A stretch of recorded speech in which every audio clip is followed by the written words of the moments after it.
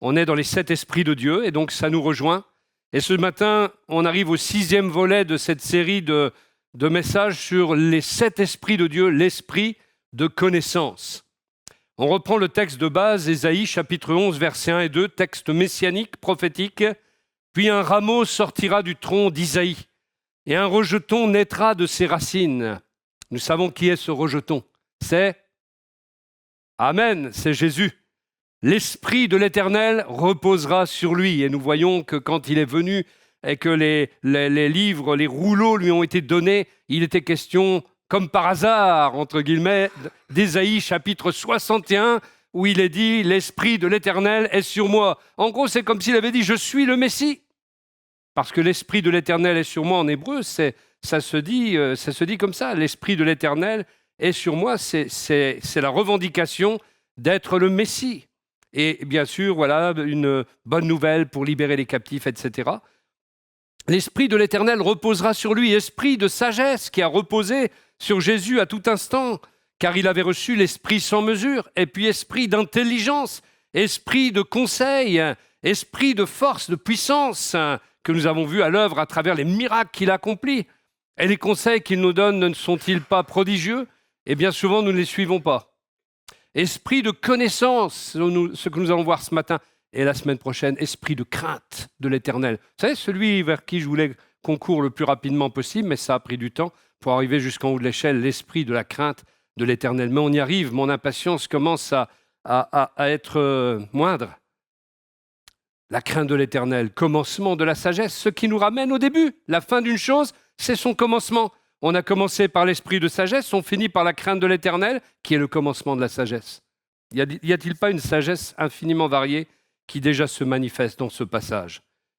Ce matin, donc, nous considérons l'esprit de connaissance, qui est le 6e esprit donc, de Dieu, qui est l'esprit qui nous aide à nous approcher de Dieu, et on en a besoin, et qui nous aide à faire en sorte que Jésus ne nous dise jamais un jour « Je ne vous ai jamais connu, retirez-vous de moi ». Connaissance. Si nous cherchons la définition de la connaissance dans le dictionnaire, on va être un peu déçus. C'est parvenir à avoir dans l'esprit la nature, les qualités, les relations des choses. C'est l'entendement, c'est l'intelligence, c'est la raison naturelle, le savoir, la sagesse. Telles sont les définitions qui nous sont données dans le dictionnaire. C'est aussi expérimenter, c'est ressentir, c'est l'état dans lequel une personne est consciente de ce qui l'entoure. C'est même l'action d'avoir des relations sexuelles avec quelqu'un, ce qui est le terme d'ailleurs biblique aussi, connaître. Ils connurent Ève et ils enfantèrent Abel, Caïn, etc. Mais comme nous le verrons, cette description, elle est très limitée dans le dictionnaire quand on parle de l'esprit de connaissance dont il est question ici dans la parole de Dieu. Et c'est pourquoi la première chose sur laquelle nous devons nous concentrer, eh bien, c'est de pouvoir comprendre ce qu'est la véritable connaissance. D'ailleurs, au temps des apôtres, quand ils ont écrit des épîtres, ils se heurtaient déjà à une secte qu'on appelait les gnostiques et qui va combattre l'Église pendant les 2 ou 3 premiers siècles. Les gnostiques venant du mot gnosis en grec, qui est la connaissance. Et il s'agissait bien entendu d'une fausse connaissance. Et c'est pour ça d'ailleurs que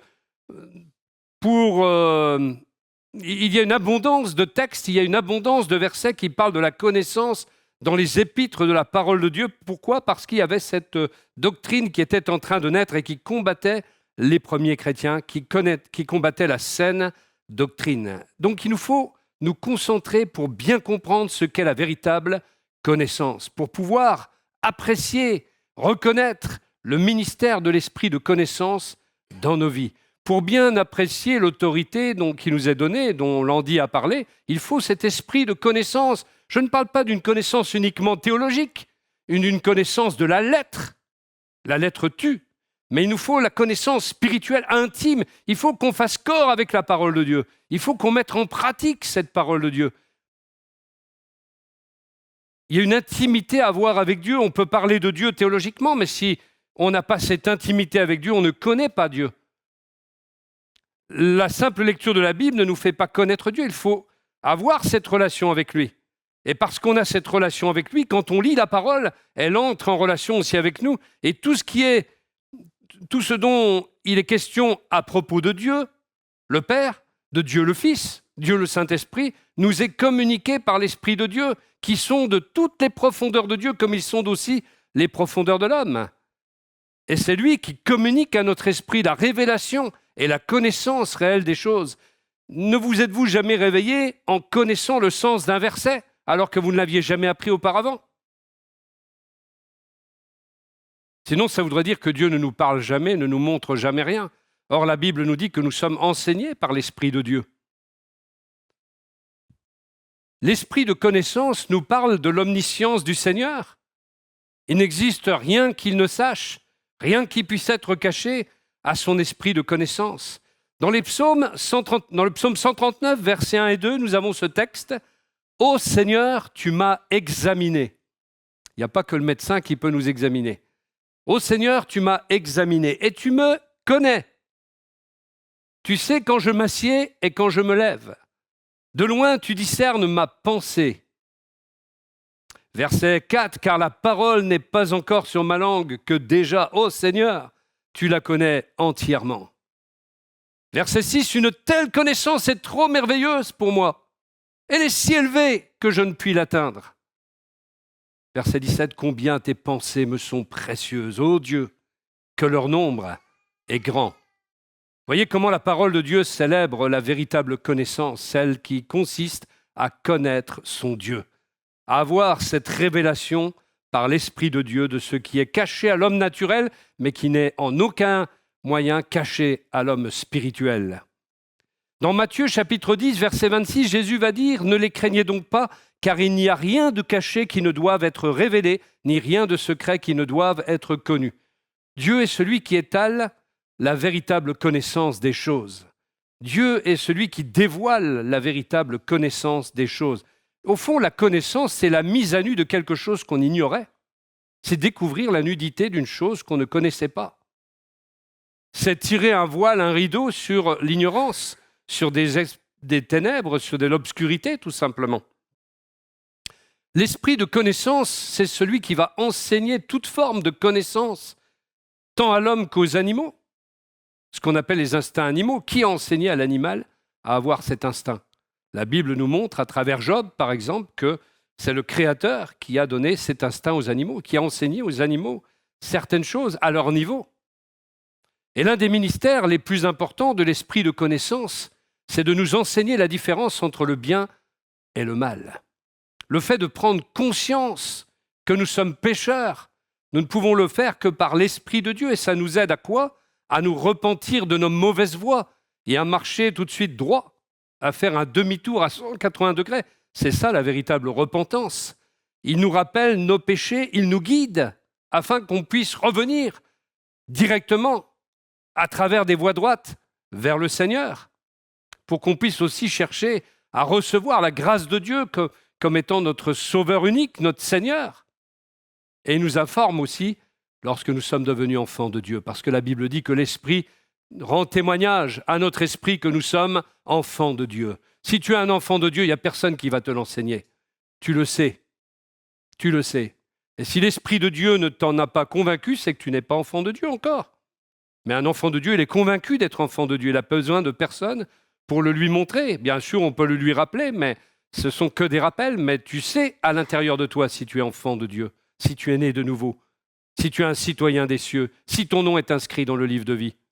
Il n'y a que toi qui le sais. Tu n'as besoin de personne, ça, pour te le communiquer.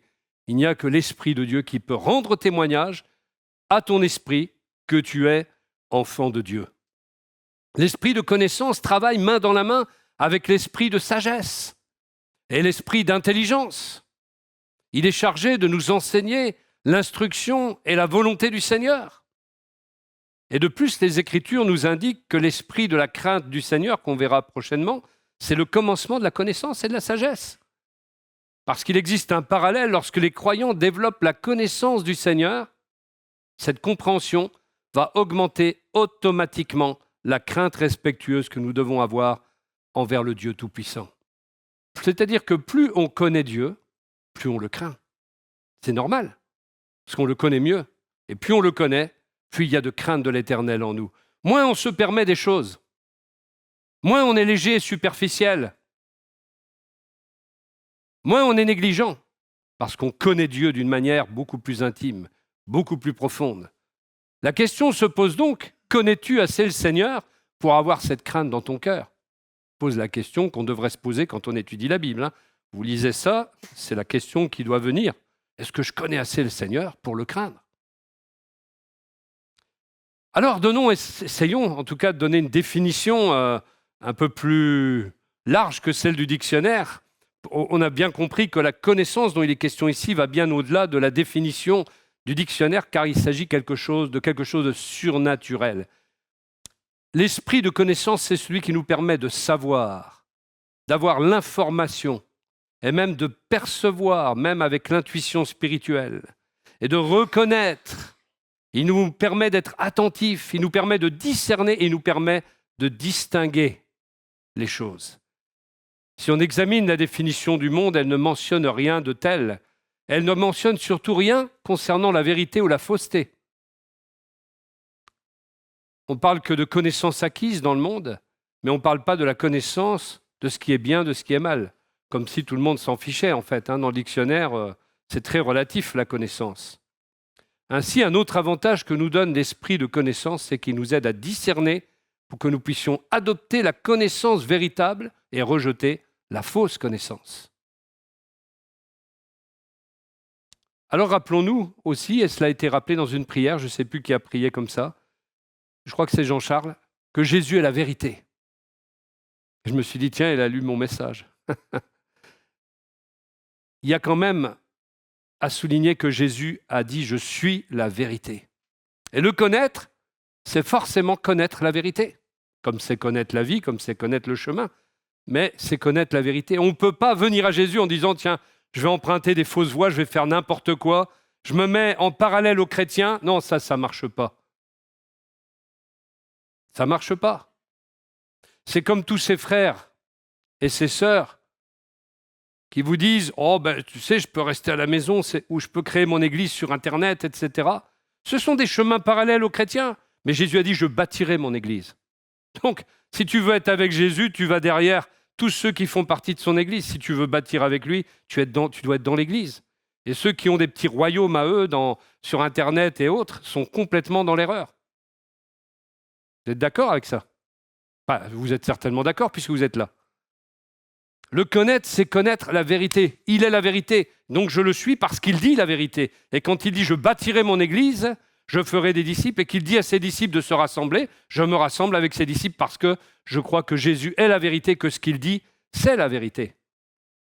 Jean 8, verset 31 nous dit, alors que Jésus disait aux Juifs qui avaient cru en lui, « Si vous demeurez dans ma parole, vous êtes vraiment mes disciples. » Alors ceux qui ne demeurent pas dans sa parole ne sont pas ses disciples. Si tu fais exactement le contraire de ce qui est écrit dans la parole, tu n'es pas un disciple de Jésus, je regrette. Ça tranche la parole de Dieu. Les blessures d'un ami prouvent sa fidélité. Les blessures que Jésus va t'infliger en t'assénant sa parole, eh bien, sont la preuve de sa fidélité à ton égard et de son amour. Il ne veut pas que tu sois dans la fausseté. Il ne veut pas que tu sois dans les filets de l'oiseleur. Il ne veut pas que tu sois dans les pièges du monde. Il ne veut pas que tu sois dans les mensonges de la chair, mais que tu connaisses sa parole, sa révélation, et que tu te mettes sur le bon rail. Ne fais pas comme Fernandel, qui croyait partir en France et qui repartait à Stuttgart, alors qu'il était venu d'Allemagne. Il s'est trompé de train. La vache est le prisonnier. Si vous demeurez dans ma parole, vous êtes vraiment mes disciples. Conséquence, parce qu'il y a une conséquence quand on fait la volonté de Dieu. Vous connaîtrez la vérité, mais pas la vérité uniquement théologique, pas la vérité que Jésus est le Sauveur. Il y a plein de gens qui savent ça, que Jésus est le Sauveur. Sont-ils avec nous ce matin? Non. Vous connaîtrez la vérité, et la vérité vous rendra libre. En plus, non seulement connaître la vérité intimement, connaître Jésus donc intimement, et en plus, la vérité qu'est Jésus rendra libre. La vérité de sa parole rend libre, elle casse les chaînes, alléluia. Elle brise toute chaîne qui nous entrave. Tout croyant donc qui entretient une relation juste avec Jésus-Christ et qui peut alors le confesser comme son Seigneur. Si tu ne fais pas sa volonté, dis pas Seigneur, ça ne sert à rien. Tu es à côté de la plaque. Parle de Dieu si tu veux, mais ne dis pas Seigneur. C'est un blasphème si tu ne fais pas sa volonté. Ce ne sont pas ceux qui disent « Seigneur, Seigneur ». Il leur dira « Je ne vous ai jamais connu ». C'est la contrepartie de la connaissance. Quand on ne connaît pas, Jésus ne nous connaît pas non plus. Si nous ne le connaissons pas réellement, il ne nous connaît pas non plus. Donc il nous faut le confesser après comme son Seigneur, comme notre Seigneur. Et nous devons lui obéir grâce à l'aide complète qu'il reçoit que nous recevons du moins, du Saint-Esprit. C'est un processus qui applique enseignement et apprentissage. Et Dieu est véritablement le grand maître, je dirais, de la connaissance divine.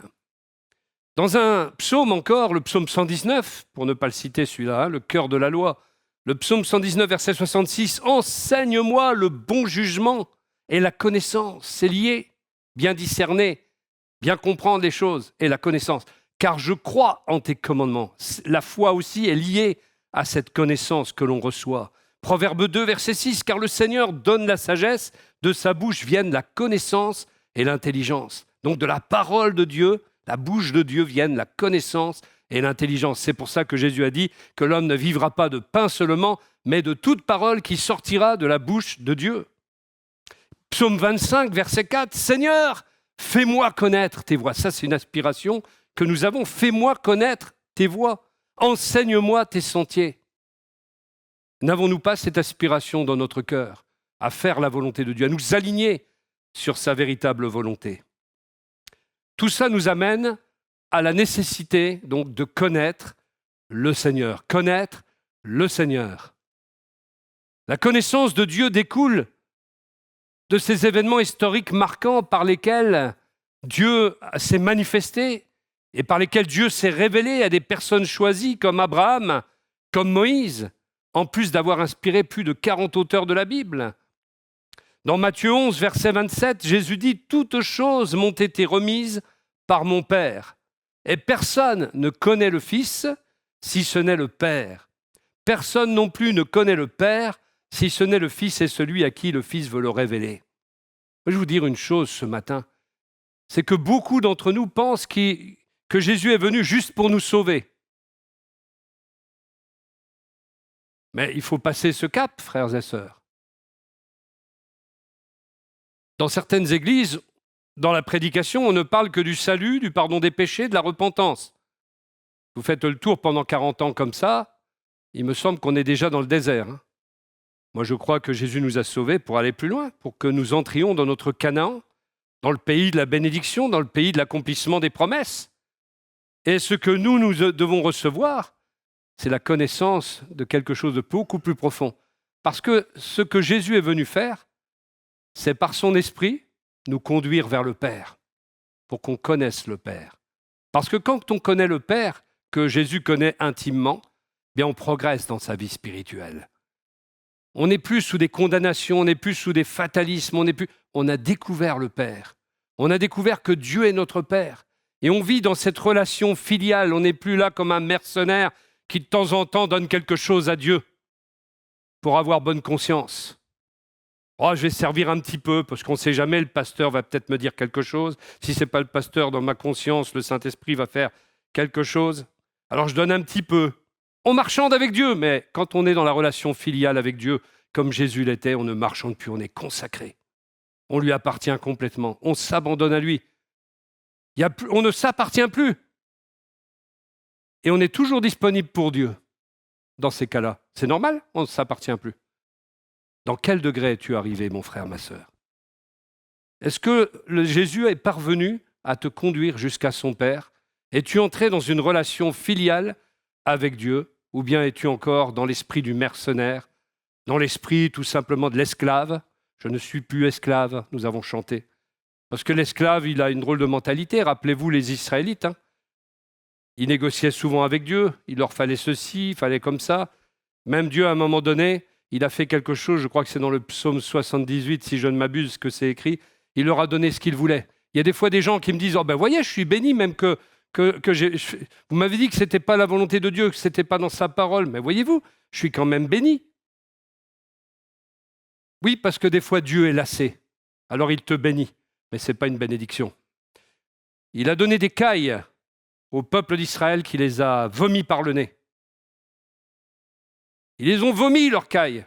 Et nous pouvons vomir les bénédictions que Dieu, par lassitude, nous a données alors que nous étions à côté de la plaque, à côté de sa volonté. Relisez ces psaumes, je crois que c'est le psaume 78, et vous verrez que c'est écrit noir sur blanc. Toutes choses m'ont été remises par mon Père, et personne ne connaît le Fils si ce n'est le Père. Personne non plus ne connaît le Père si ce n'est le Fils et celui à qui le Fils veut le révéler. Jésus veut te révéler son Père. Mais dans quelle disposition te trouves-tu pour qu'il puisse le faire? Malheureusement, le monde ne cherche pas, lui, la connaissance du Seigneur. C'est pour ça que le monde est destiné à la destruction s'il ne se repent pas. Parce que les connaissances que le monde a, connaissances technologiques, connaissances multiples, culturelles et autres, ne sont pas profitables si elles reposent sur des mensonges, comme tout le savoir qui a été développé à partir de l'évolution, par exemple la théorie de l'évolution, par rapport aussi à des fausses religions, des philosophies, des idéologies qui sont fausses, ou encore cette culture qu'on connaît aujourd'hui comme étant progressiste et qui n'a rien de progressiste si ce n'est plutôt une dégénérescence de la société ou des sociétés. La meilleure et la plus profitable des connaissances à laquelle nous pouvons tous aspirer, c'est la connaissance de Dieu. La richesse que nous tirons de cette connaissance va faire la différence entre un chrétien victorieux et un chrétien stérile ou qui vit dans la défaite. La maturité et la croissance de notre foi dépendent de notre désir de connaître Jésus et le Père toujours davantage à travers sa parole, à travers ses voies, à travers ses enseignements, à travers ses commandements, ses ordonnances, ses préceptes, afin qu'on puisse marcher avec lui en faisant tout ce qui lui est agréable.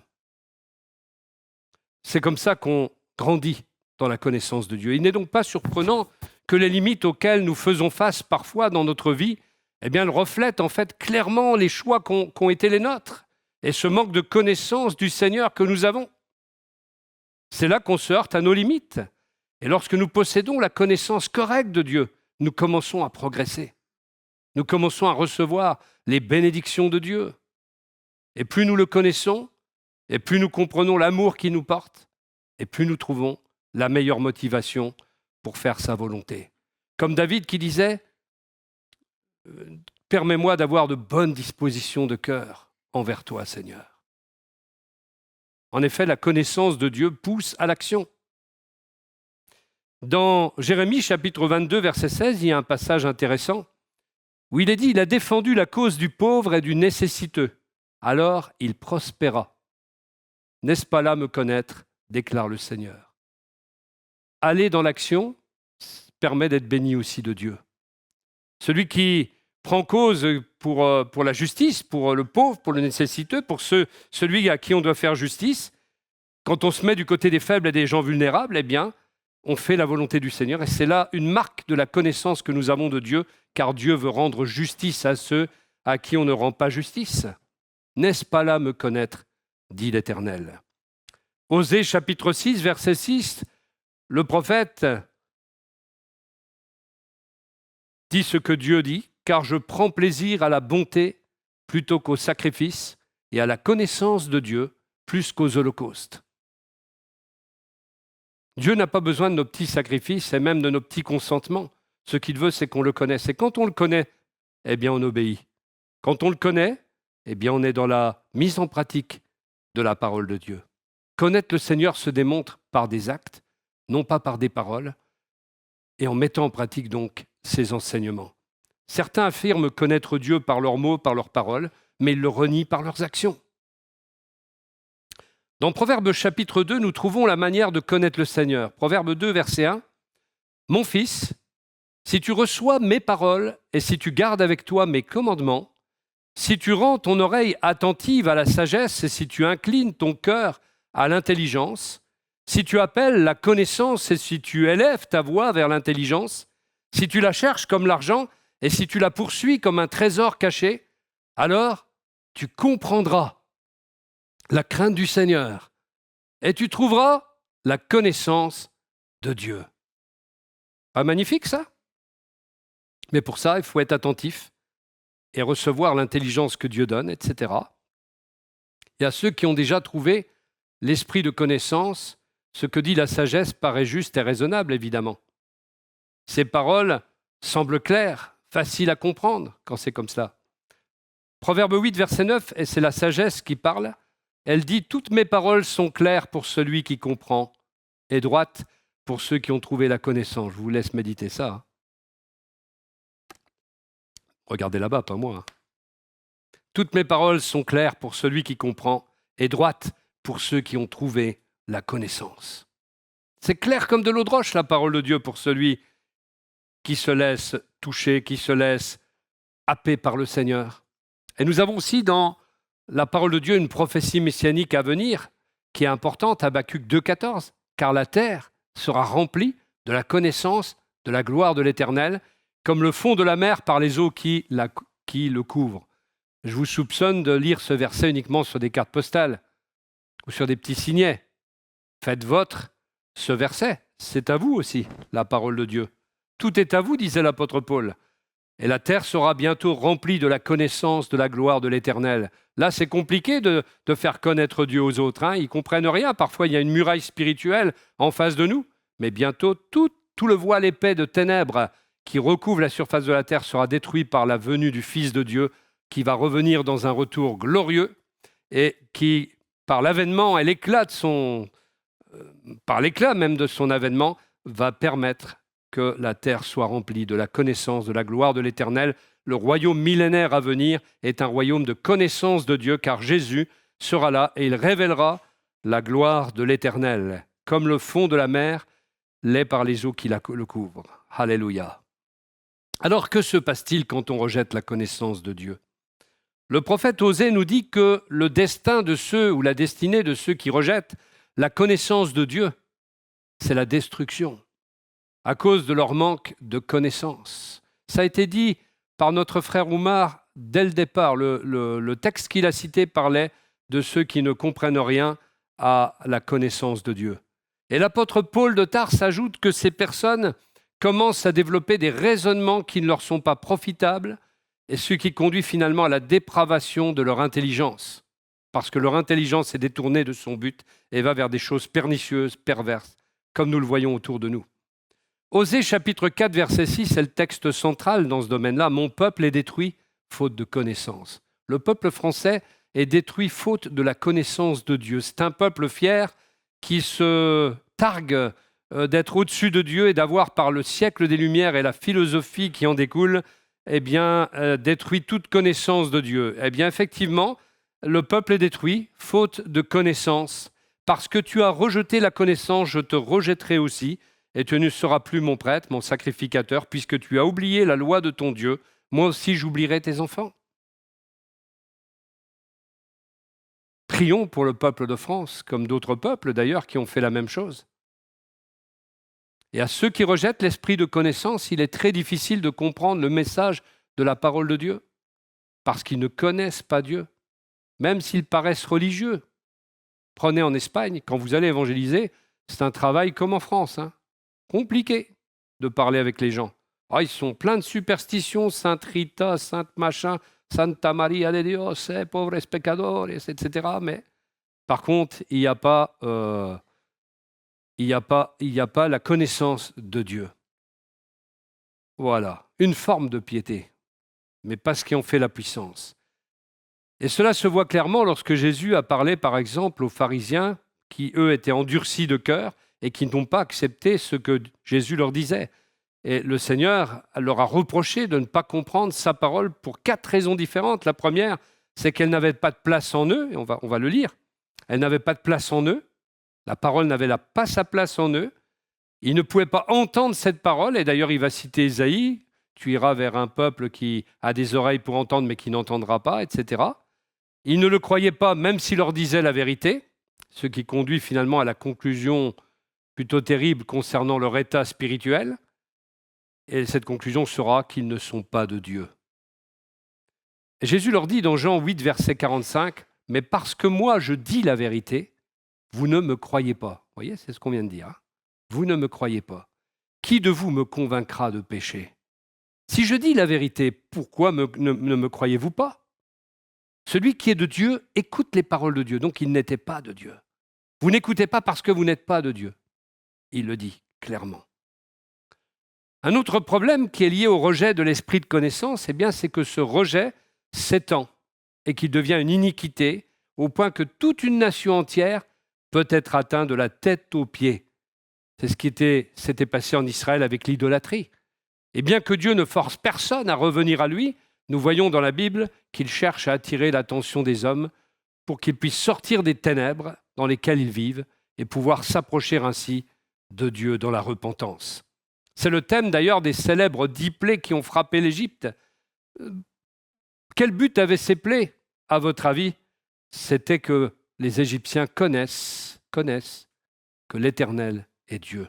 Exode 7, verset 5, « Les Égyptiens sauront ainsi que je suis l'Éternel quand j'interviendrai en Égypte pour en faire sortir les Israélites. » Nous avons vu tout à l'heure que Jésus pouvait dire à certains, « Vous ne m'avez pas connu, ou je ne vous ai jamais connu, retirez-vous de moi, vous qui commettez l'iniquité. » Et bien que Dieu sache et connaisse chaque être qu'il a lui-même créé, les Écritures soulignent que certaines personnes qui ont été connues d'une manière plus intime, comme par exemple Moïse, que Dieu connaissait par son nom, et face à face, lui parlait face à face, Abraham, qui lui a été appelé ami de Dieu.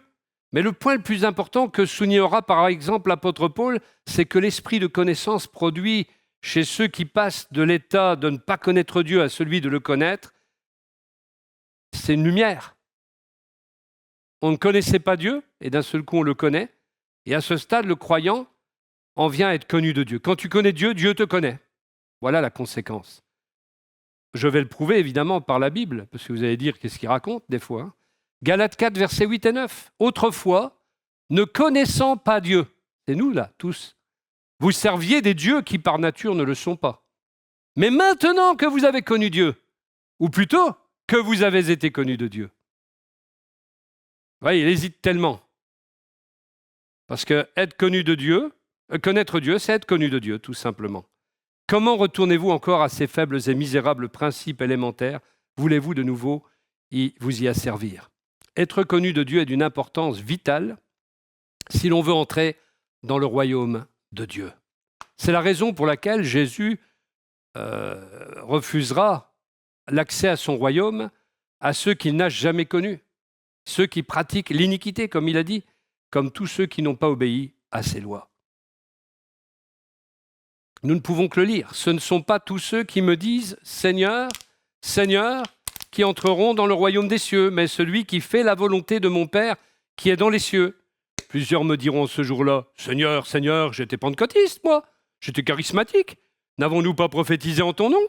N'avons-nous pas chassé des démons en ton nom? Et n'avons-nous pas fait beaucoup de miracles en ton nom?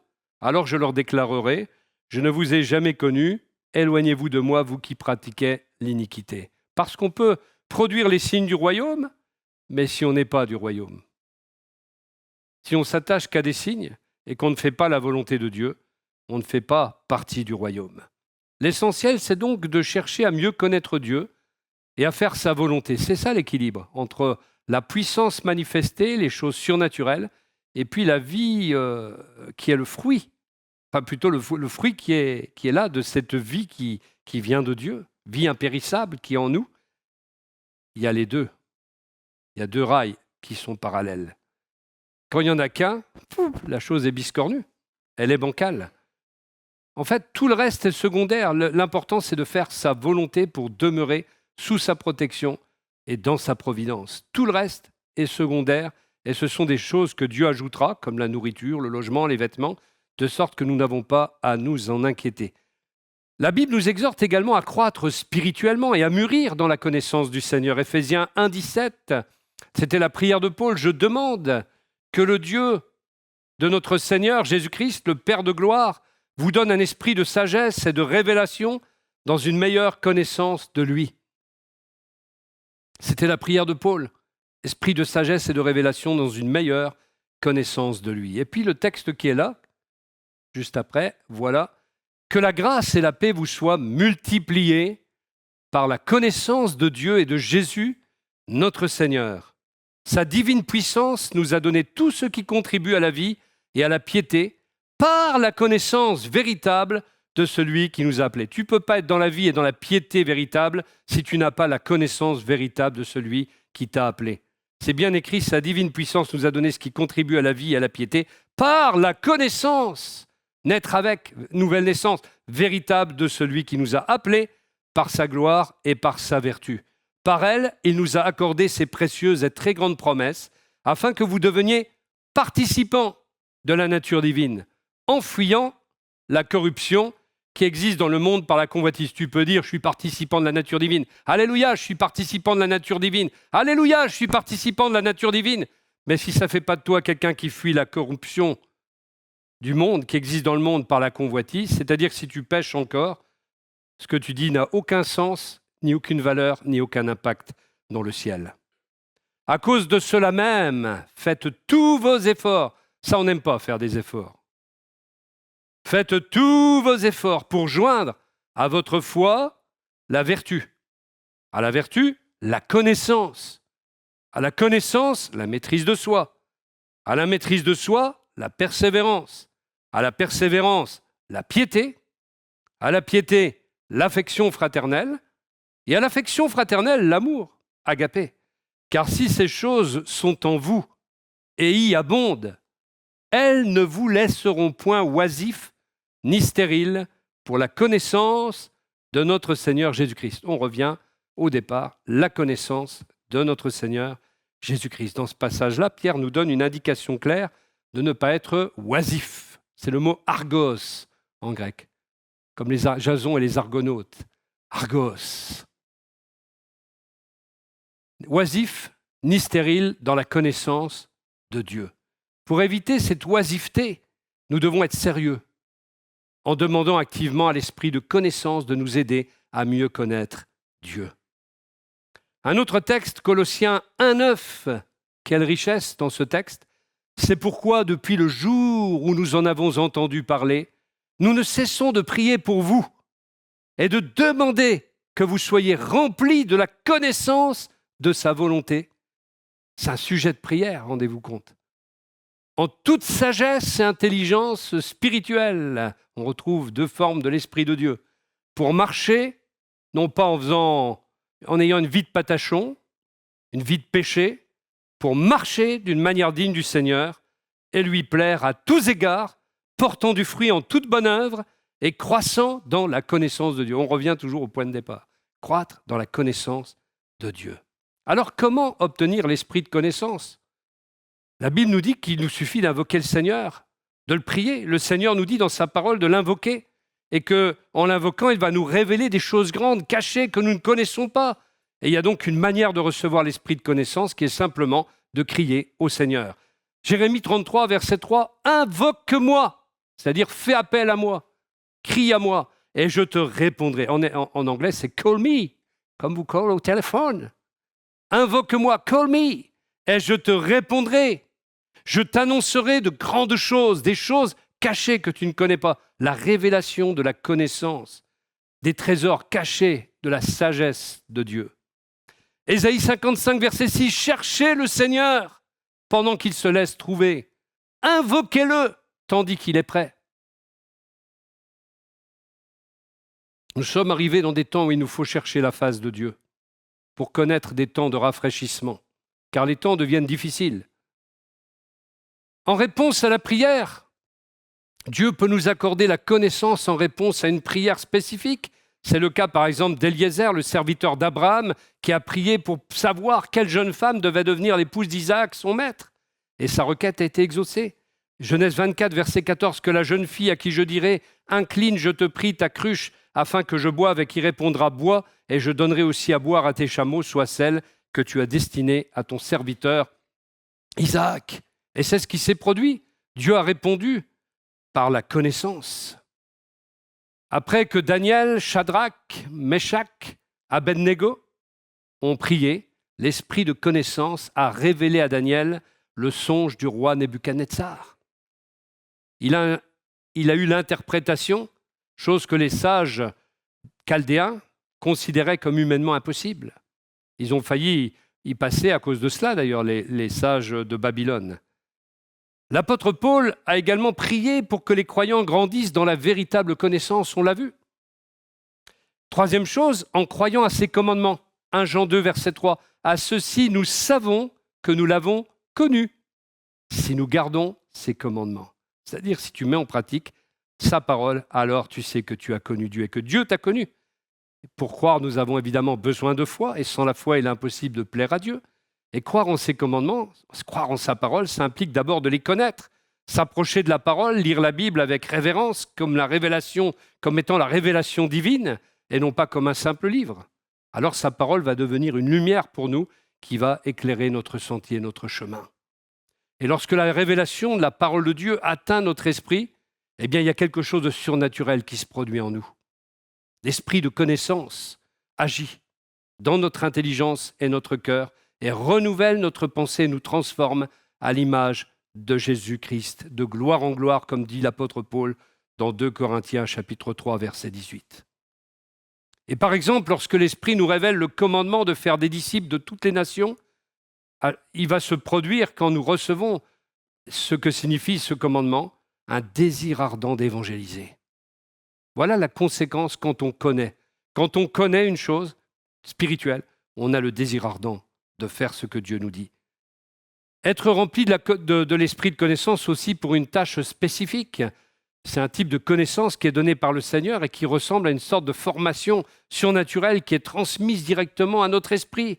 Elle ne s'acquiert pas par les sens, elle ne s'acquiert pas par l'école, ni l'apprentissage, ni par l'expérience professionnelle. Et un exemple clair, c'est celui de Bethsaléel, on l'avait déjà cité d'ailleurs, et Oliab, que Dieu va remplir d'esprit, de sagesse, d'intelligence, de connaissance pour construire le tabernacle. Exode 31, « Vois, j'ai appelé par son nom Bethsaléel, fils d'Uri, fils de Hur, de la tribu de Juda. Je l'ai rempli de l'Esprit de Dieu, de sagesse, d'intelligence, de connaissance et de tout savoir-faire. » Wow. De même, Dieu prépare parfois ses serviteurs, bien avant leur appel visible. Moïse, qui avait été élevé à la cour de Pharaon dans toute la sagesse de l'Égypte, a reçu une formation qui allait lui servir beaucoup plus tard pour accomplir la mission que Dieu lui a confiée, mais il a d'abord fallu qu'il passe aussi par la formation qui permet d'avoir la connaissance intime de Dieu, et ça se fait dans le désert.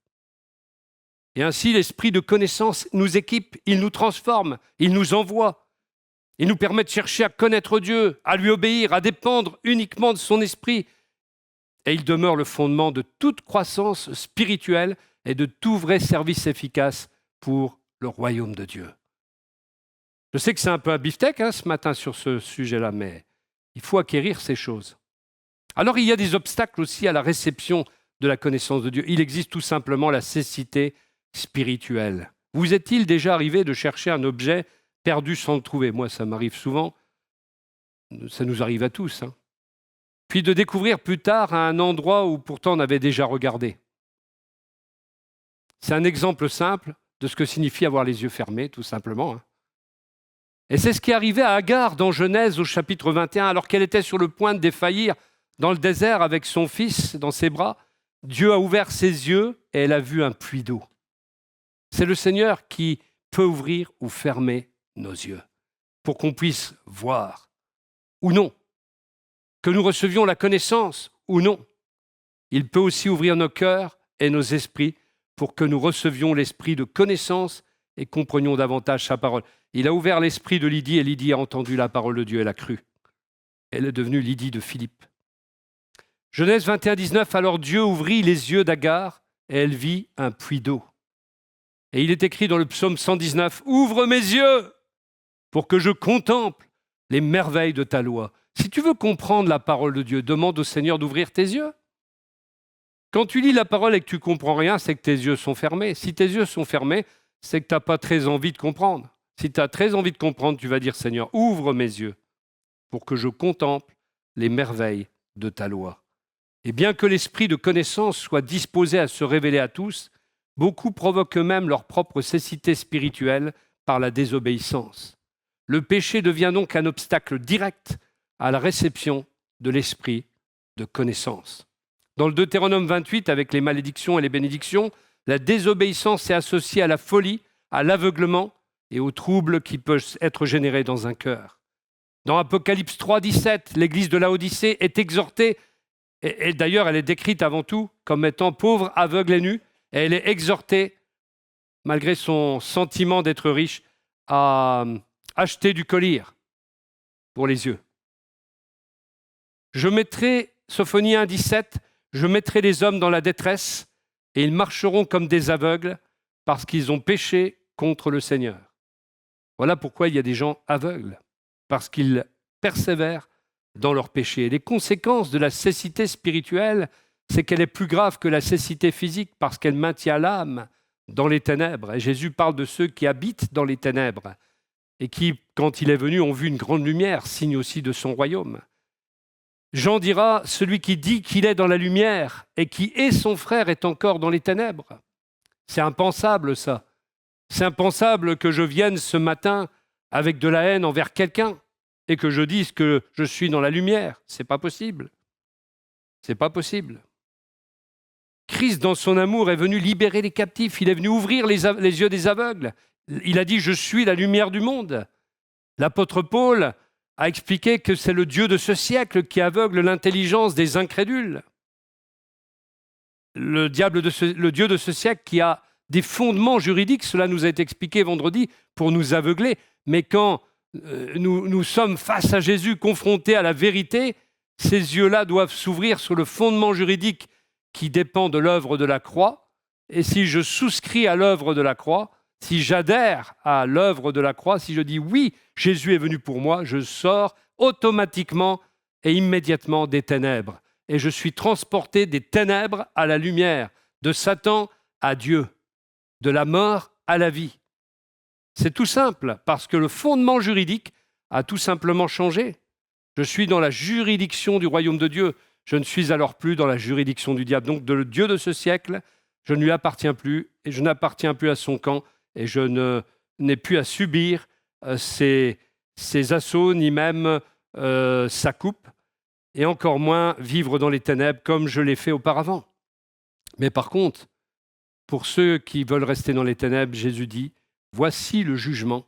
La lumière est venue dans le monde et les hommes ont préféré les ténèbres à la lumière. Alors comment peut-on éliminer la cécité spirituelle ? Tout simplement, le Seigneur nous fait recouvrer la vue spirituelle. Jésus parle souvent de l'œil comme de la lampe du corps. Il conseille même d'acheter du collyre pour oindre les yeux. Image d'une guérison spirituelle qui vient de lui. Donc il est celui qui a le divin collyre à sa disposition. Vous êtes la lumière du monde, que votre lumière brille devant les hommes. Marcher dans la lumière, ça signifie vivre dans l'obéissance et dans la vérité, tout simplement. Alors, concluons, parce qu'il est temps quand même, l'esprit de connaissance nous éclaire pour que nous puissions marcher dans la lumière et aider les autres à sortir des ténèbres. Il nous faut chercher le Seigneur pendant qu'il se laisse trouver et ne pas endurcir nos cœurs, accomplir la mission confiée par Jésus, aller vers les brebis perdues, vers ceux qui sont enténébrés, pour que leur lampe soit rallumée, pour qu'ils soient reconnectés à Dieu par celui qui est la véritable lumière. Amen. Et vivons aussi dans cette croissance que Dieu veut pour nous, de mieux le connaître et de recevoir la connaissance des choses qui le concernent. Amen. Nous allons prier. Seigneur notre Dieu, tu es à l'œuvre au milieu de nous. Et nous croyons ce que Dieu dit par sa parole.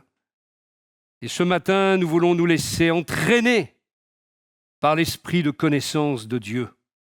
Esprit Saint du Seigneur, nous te prions que les caractéristiques que nous étudions, Seigneur, les 7 caractéristiques nous habitent, œuvrent en nous et nous fassent progresser dans la connaissance de Dieu, dans la marche avec toi, dans la vie, dans la lumière, à l'obéissance, la vérité que tu as réservée pour nous, Seigneur.